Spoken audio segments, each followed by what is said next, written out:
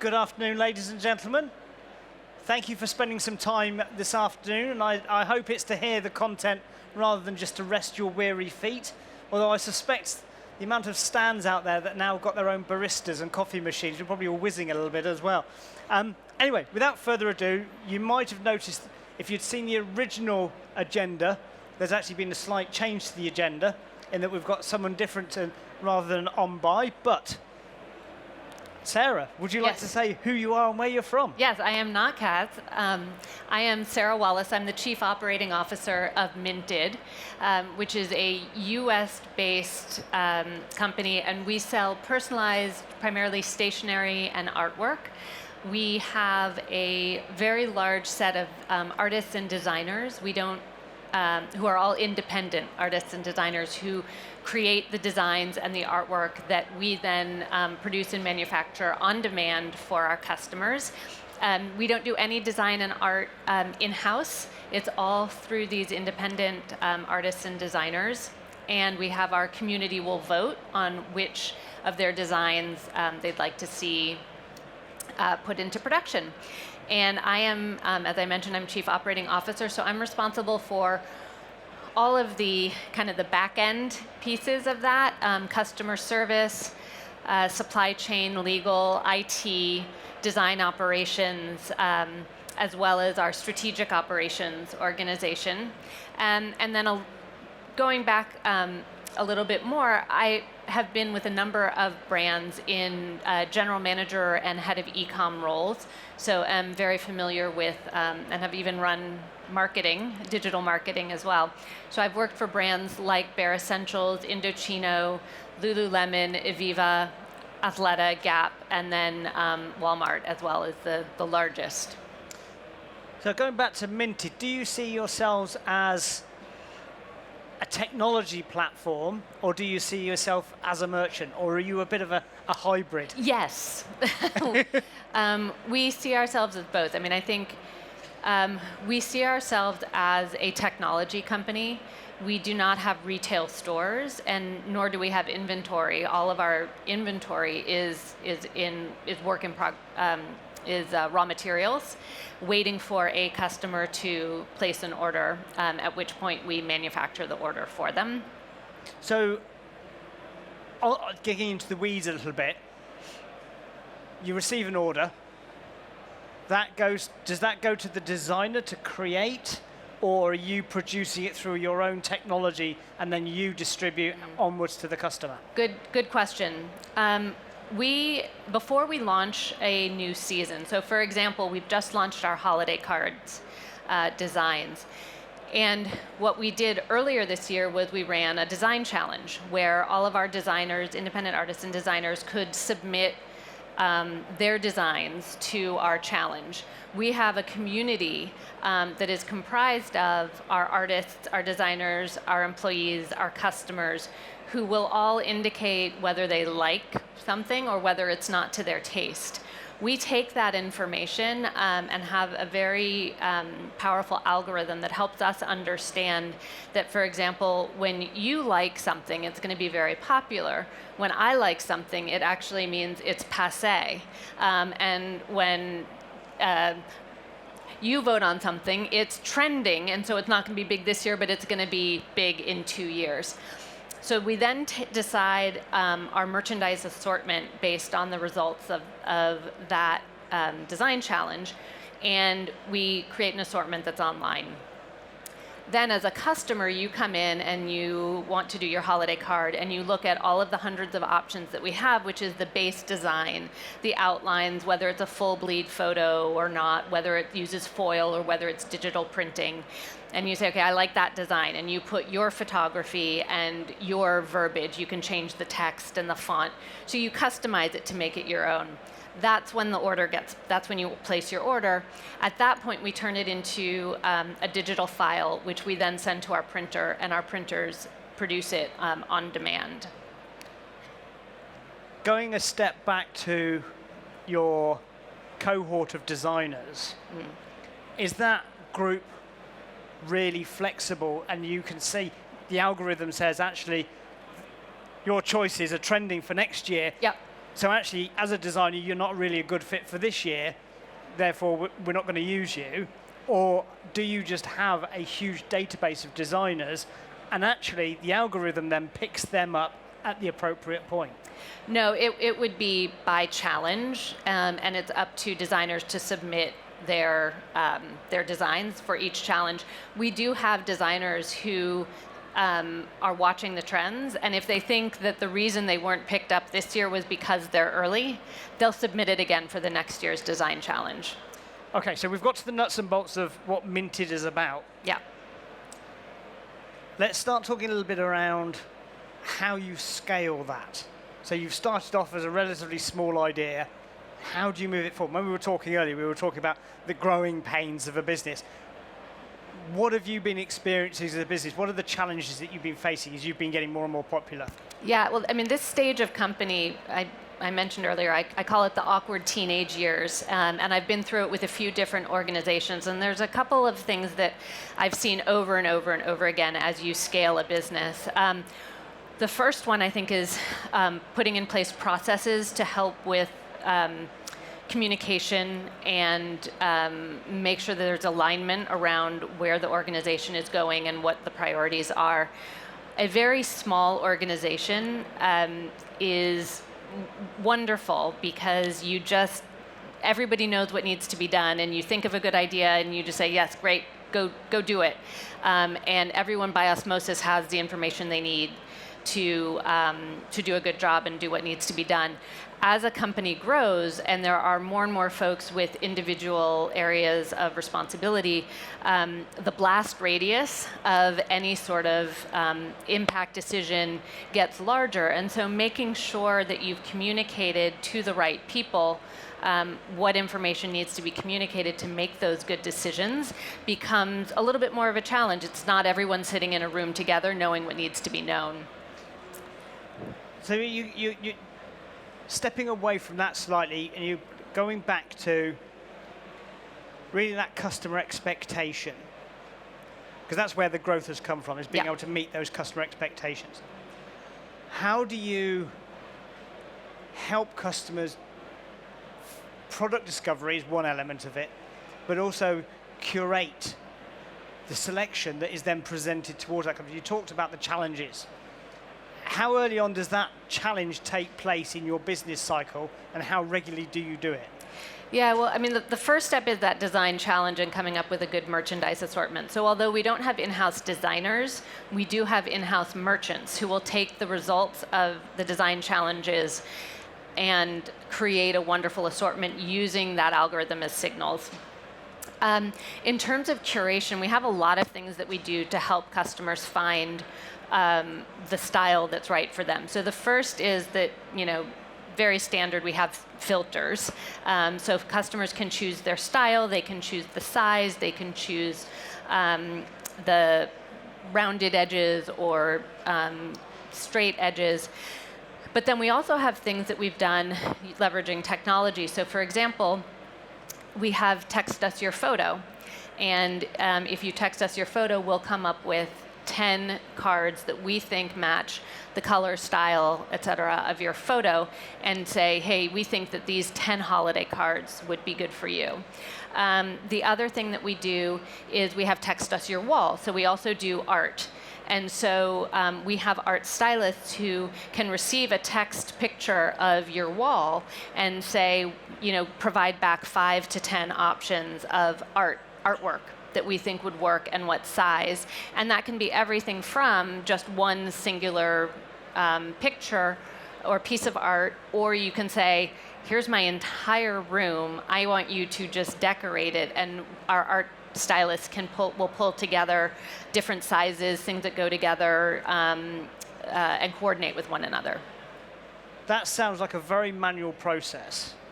Is there a role for AI to drop into that and start helping ease some of that load? Yeah, well, so I think the first one, which is text us your photo, and we provide the holiday card suggestions with your picture already in situ so you can see what it would look like. That is already fully automated. I do think that there are some opportunities for AI to help with some of the styling and concierge and assisted services that we do. Again, I think, I was in a session earlier this morning, and I encouraged everyone to understand that when you look at data is fundamentally backwards looking, and we need humans to think about the future and to look around the corners. And I think there's something similar here with styling and AI, which is that we could certainly leverage AI to help make some suggestions, but fundamentally, taste and style right now also requires the overlay of a person. So we are looking at AI as something that can help make our people more effective and more efficient, but not replace them. So the design element is still very much a human interaction, almost about emotion and feeling, and we're not quite yet there with AI on that. Yeah. Thankfully, I think. How do you see yourself competing against other players in the marketplace? Is it that customer retention piece? Is it around that constant evolution of the product that you're offering, or do you think that design challenge is giving you that edge? Do you think that's where you're getting some differentiation? Yeah, I think there's 2 points of differentiation we have. The first is that artist and design community. Many of our competitors will have in-house designers, or they have a hybrid of in-house as well as going outside to a community. So the fact that we have this completely independent community, as well as this incredibly powerful algorithm that helps us identify what will work and what won't work, that's a big differentiator when it comes to our product assortment. The other thing is that we are very high-end. We have extremely high quality standards. So for example, our foil, so when you see something shiny on your card, there is now a process called digital foil where you can basically just print it. We don't do that because it doesn't have the same feel to it. We still use the pressed foil process, which is much more challenging, but it has a different look and feel to it. So we also think that that's one of our differentiators, is that we work with very high-end printers. So we originally started out talking about scalability and being able to manage when the demand goes through the roof, you weren't expecting it, how do you build on it? The process that you've talked about just there doesn't sound very scalable either.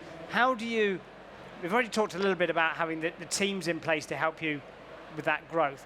How do you then look at the rest of the organization in terms of technology and investment to be able to cope with some of that change? And how do you cope with some of the unexpected growth peaks that you often get in business?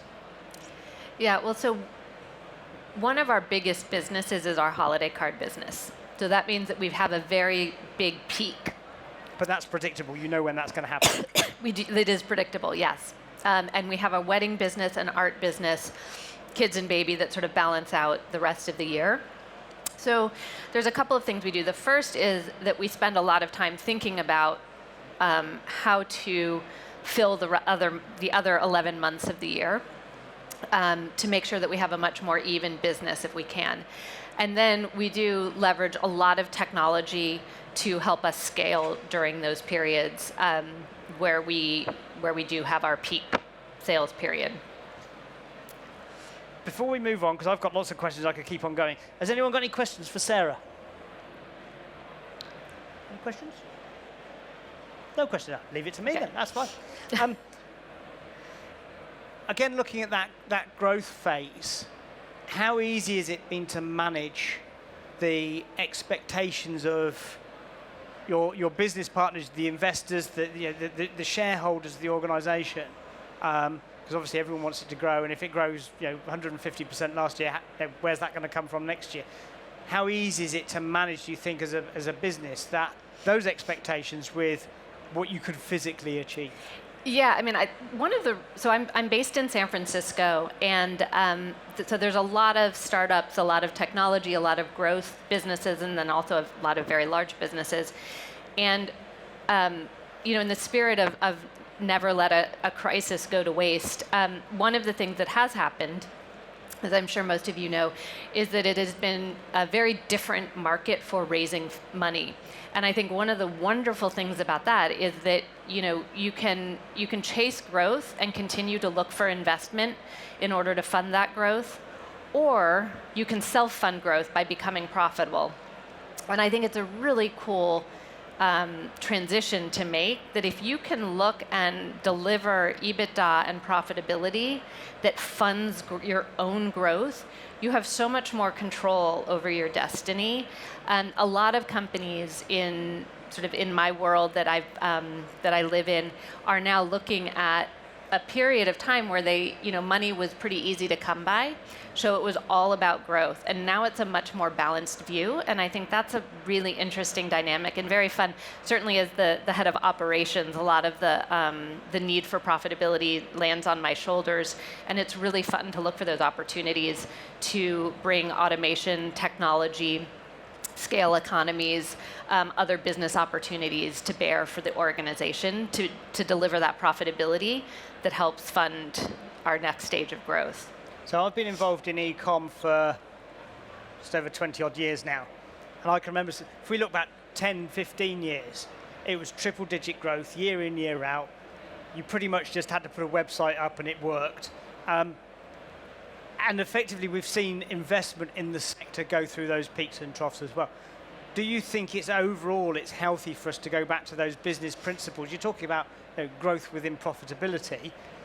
That's good business, isn't it? Yeah, it is a good business. It is, yeah, it's a pretty fundamental business model. But at the same time, does it also restrict you with the opportunities that you spot? I don't think so, because I think that as a business grows, focus and prioritization become ever more important. So during my time at Walmart, no one ever told me this, but I started to realize and pick up on a pattern, which is that they're very intentional about three. Basically, humans can think about and manage and focus on three things. And so I've started to incorporate that. Whenever I go through a business strategy or a business review, I'm always focused on what are the three things that we need to focus on. Whenever I'm in a meeting, I think, what are the three things that I need folks to decide on? I need them to take away. And I think it is really important when you're leading organizations with lots of people, or even just a few handfuls of people, to be able to provide focus and prioritization, so that everybody knows you're headed in the right direction. Now, how that manifests, my legal team, my IT team, and my supply chain team may manifest a profitability initiative differently, but at least we all know that what is our number one focus? It's profitability, in order to then feed back into growth. The other thing is that, as I mentioned before, that as smaller organizations, you can sort of say like, hey, you've got a great idea, run with it, go do it. When you're a larger organization and trying to fund growth, once you're at the sort of $100, $200 million mark, $1 million ideas, while they may be really good, cool ideas that would work, aren't going to drive the growth that you need. So you need to be thinking about what are the 10, 20, 50 million ideas that I'm going to need to be implementing and running against and testing and trying in order to really drive the growth of the company to the next stage.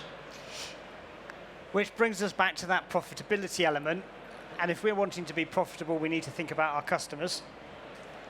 Yeah. And it's more profitable to service an existing customer than find a new customer. So what's Minted doing to try and increase the purchase patterns, the propensity to purchase, how often they purchase? I don't like lifetime value for a customer as a term, but how are we trying to get more out of that relationship? Well, so from my vantage point, running operations, I have a very simple mantra that we are all running at. Get it right the first time. Get the customer the product that they ordered and they want in good quality when we said we were going to get it to them. So you can see you start to sort of ratchet down, like, okay, get it right the first time, because if they have a good experience, we have phenomenal product. It's all personalized. It's beautiful. People are proud to use Minted product, to have Minted art on their walls, to send out Minted holiday cards and invitations. So if we can deliver to them a good experience, they will come back. So, excuse me. So sorry about that. I think it's like 5 in the morning for me still. So we're very focused on, from my vantage, it doesn't matter how much money you throw at customer acquisition or customer retention. It doesn't matter how good your loyalty program is. It doesn't matter how good your marketing campaigns are. If a customer doesn't have a good experience when they actually come to purchase, it's going to be extremely hard to retain them. So I spend a lot of my time focused on quality initiatives.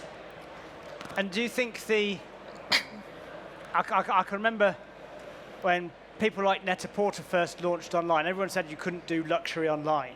And actually what they said was actually it's about that experience when you receive that box through the post, and it's opening the box, and you get the experience of the brand come through, and then obviously the product. And actually they found that people were then, especially if it was delivered to the office, then going and opening the box again in front of other people to show off effectively. Mm-hmm. How important is that fulfillment element in your customer journey? Well, I think it's important if you assume that sort of a baseline dial tone non-negotiable is that the product arrives in pristine condition. So for example, I would love to give a sort of unveiling moment with our artwork. But fundamentally, if I'm shipping a 4-foot by 5-foot painting that has glass and has a wooden frame, that's secondary to making sure that it gets there in one piece, no damage, because really, basically, that's the moment, right, to see the artwork. And then we layer in some of the other elements of the experience of opening.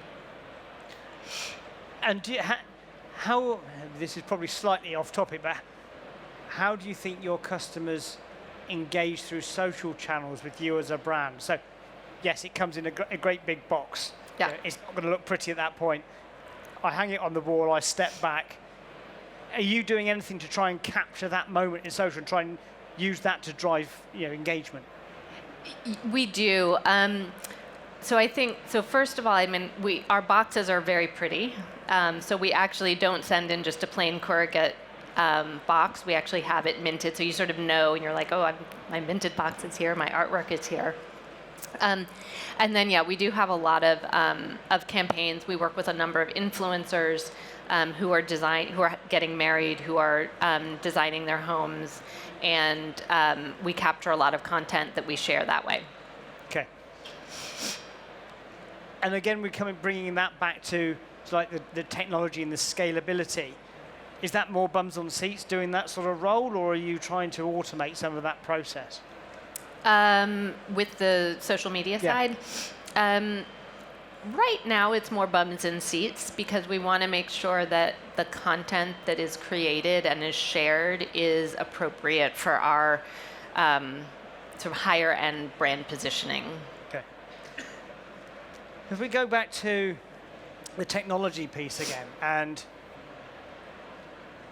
it seems to me, I'm not involved in that side of the industry at all, but it seems to me to be fairly bespoke. Mm-hmm. How do you, again, the scalability question, how scalable is it? Are there limitations? And then how do you restrict where your artists might take you or where those challenges might take you? Yeah, fundamentally we have built, and this is partly comes back to the competition side of things, which is that we've built the ability to efficiently produce these bespoke products. We have the technology to automate a lot of the delivery of the files. We've worked very closely with the printers to be able to efficiently manufacture on demand. It is certainly a challenge during our very peak periods to scale, but throughout the rest of the year, it really is fairly straightforward. So what you've described so far is, touched on right at the beginning, it's a technology platform. You've got some designers that are providing the inspiration to the customer.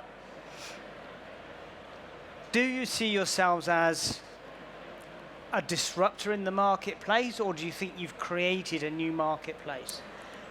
I think both. When Mariam Nafisi, who is our founder, founded the company 13 years ago, it was a completely different idea. This idea of sort of working exclusively with independent artists and designers. At this point now, the things have caught up, and there is more ability to create bespoke products. But our belief in and support of our designer community is a really critical aspect of what we do, and that continues to be a differentiator for us.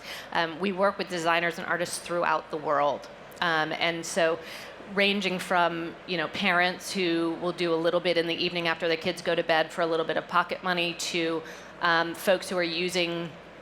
We have a woman who is a plumber in New York, and she uses her art and design as a creative outlet for herself after work. And she's like, well, I might as well, earn a little money as well. And then we also have artists who are, they work full time and spend all of their time. They are artists, and they are able to make a living through what they earn from Minted. So that's giving the brand some personality. So you're moving away from it being a technology brand to a personality and not necessarily innovation, but it's certainly got a life of its own to a degree, because you've got lots of individuals producing the art. How confident are you that that pool of creativity is always going to be enough for you? Oh, I mean, there's no end to creativity.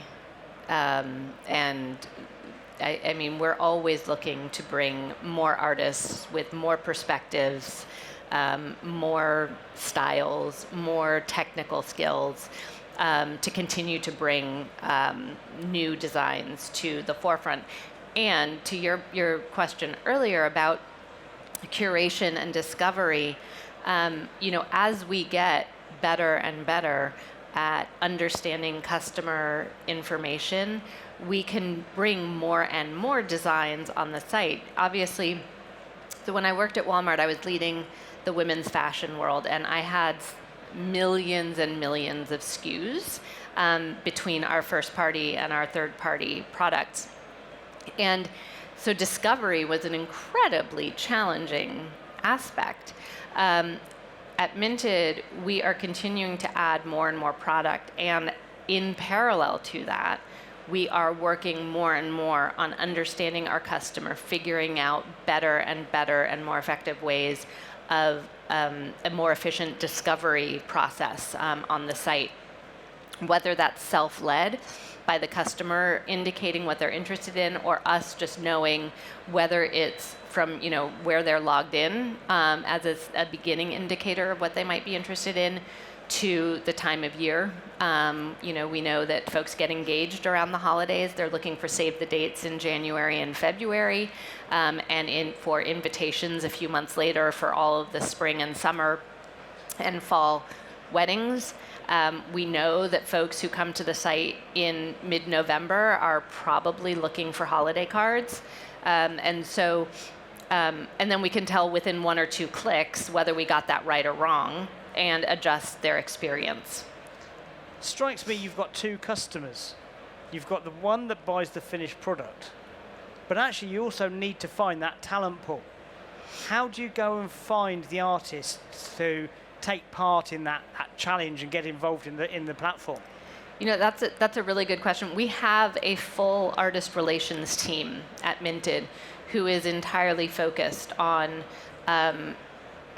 finding new artists, developing relationships with existing artists. We actually have a loyalty program, ish, for our artists. It's actually, and I say ish, not the program part. It's actually highly developed, highly structured, but it isn't. I wouldn't really call it a loyalty program, but it is a program for engagement with our artist community.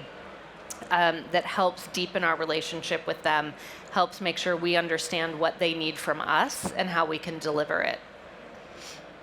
We've only got a few minutes left. Has anyone got any more questions? We've got a microphone coming your way?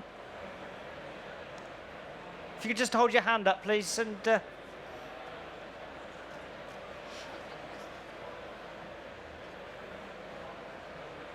Hey Sarah, thanks for your insight. I had a question in relation to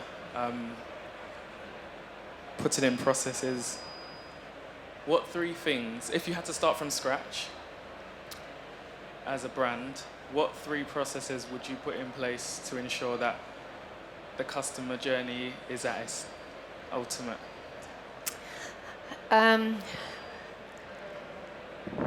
I think, what 3 things do I put in place? So number 1, hyper focus on putting in place a structure to really get to know customers and their life cycle and their with us.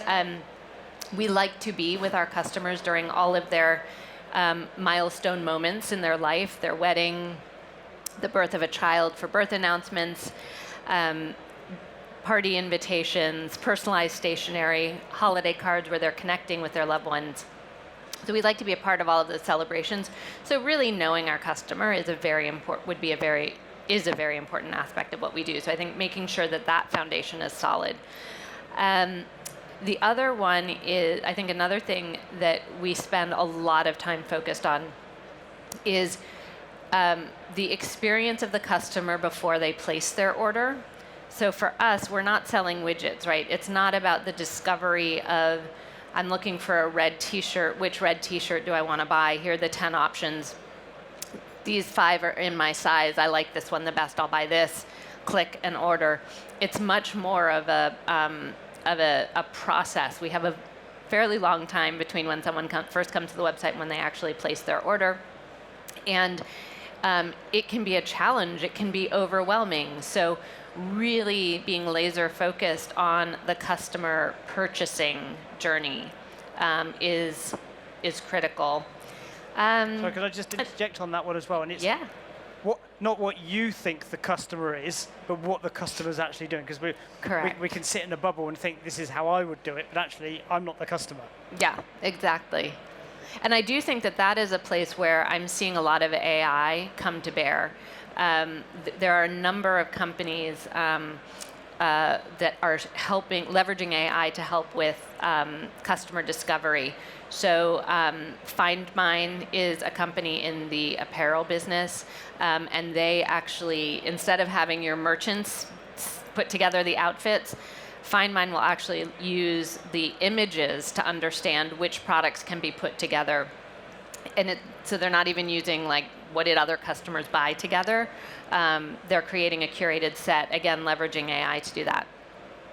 Constructor is also a company that is leveraging AI. So for example, if you are on an enterprise site that sells everything, right, and you search for chips, if you have food in your shopping cart, they'll give you potato chips, crisps, snack food. If you have seeds in your shopping cart, it will produce results for wood chips. So really understanding understanding what customers are looking for.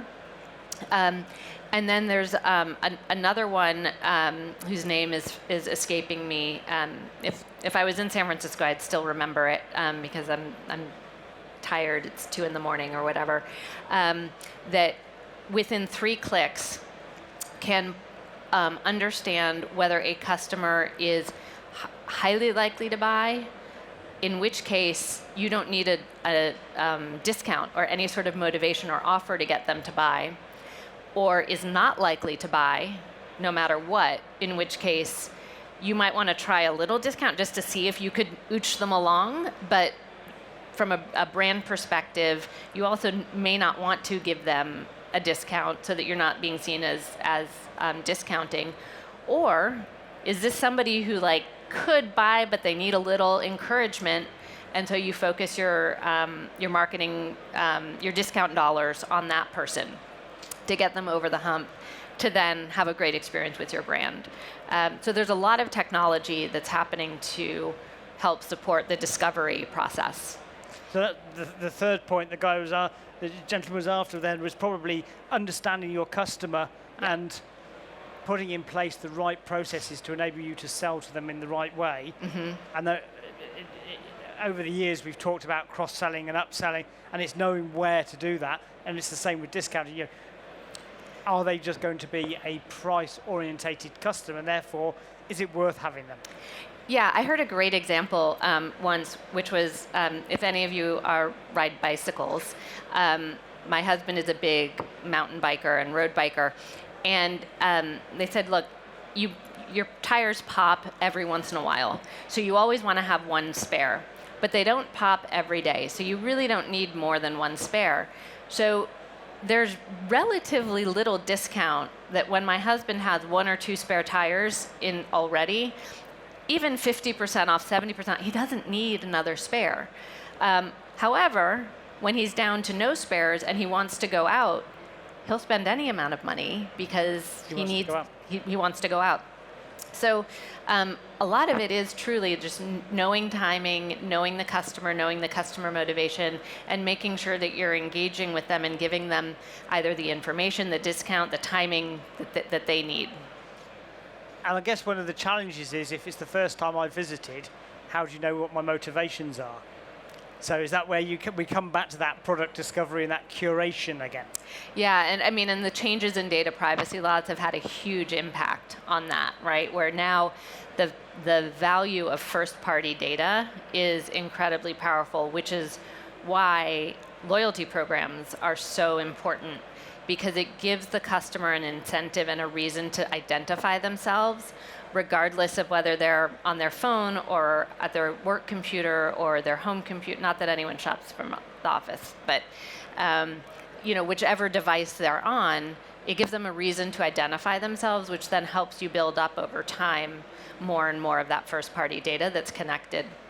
The other thing that I would say on data is, although this is your area of expertise, so tell me if I'm completely off base here, is I think that apps are incredibly powerful. I've always believed that apps were powerful. Now that apps create a reason for like real estate on the home screen. I mean, how many times do you go into your browser on your phone and type in a URL? It's not nearly as often as you just tap. Plus, the data that you get, because it's connected with a device and an account, is much cleaner. It's another opportunity to market much more effectively and to give a much more personalized experience. And yes, with my DPO hat on, I think that's one of the values in it, actually having, if we do it right, you can collect the right data in the right way, and it's far more valuable than having a much bigger bucket of rubbish. That's exactly right, yeah. And actually you can drive better customer engagements with that as well. Yeah. So. Excellent. Any final questions before we finish? Yep. Yeah. Sorry, right down at the front.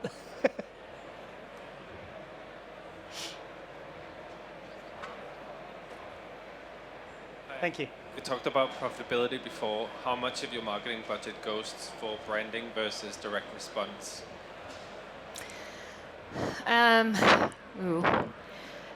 Sorry. You're asking me about marketing attribution, which is like a 2-hour session. I mean, this is a non-answer, but we really do think about it holistically. I mean, you must think about the full funnel.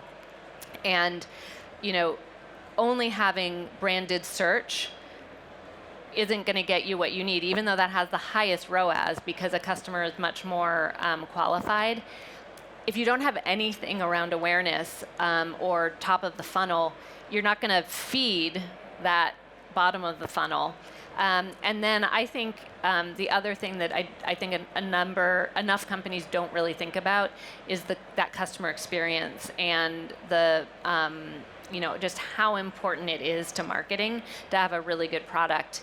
Another aspect of what Minted does, and it's very obvious to us, but I think it actually applies to more companies than you might initially imagine, is what we call virality. So fundamentally, our products are then mailed out to our customers. For the most part, the artwork stays on their walls, but personalized stationery, invitations, save the dates, holiday cards are all mailed out, and they have our logo on the back. And so a very high quality product, then you receive my holiday card and you turn it over and you're like, wow, this is a great holiday card. It's, feels wonderful, it looks great, and oh, it's by Minted, maybe I should get my holiday cards from Minted.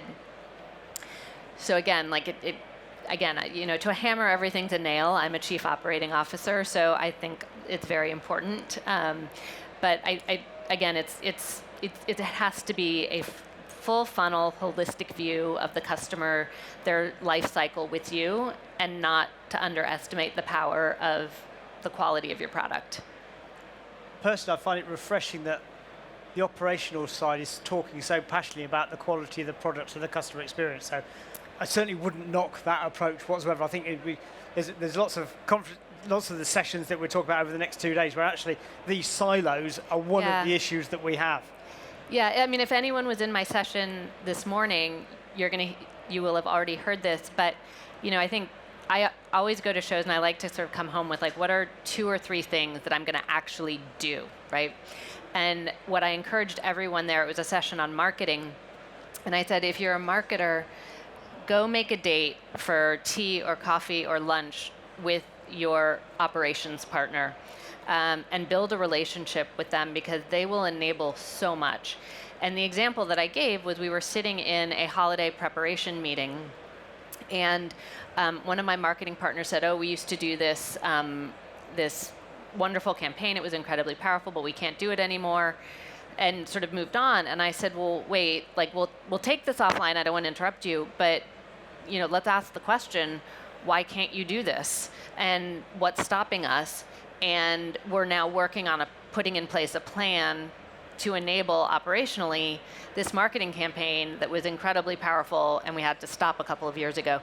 So, just building those bridges and those relationships and understanding how it's all interconnected is very powerful. So we've got just under 3 minutes left. What's next for Minted?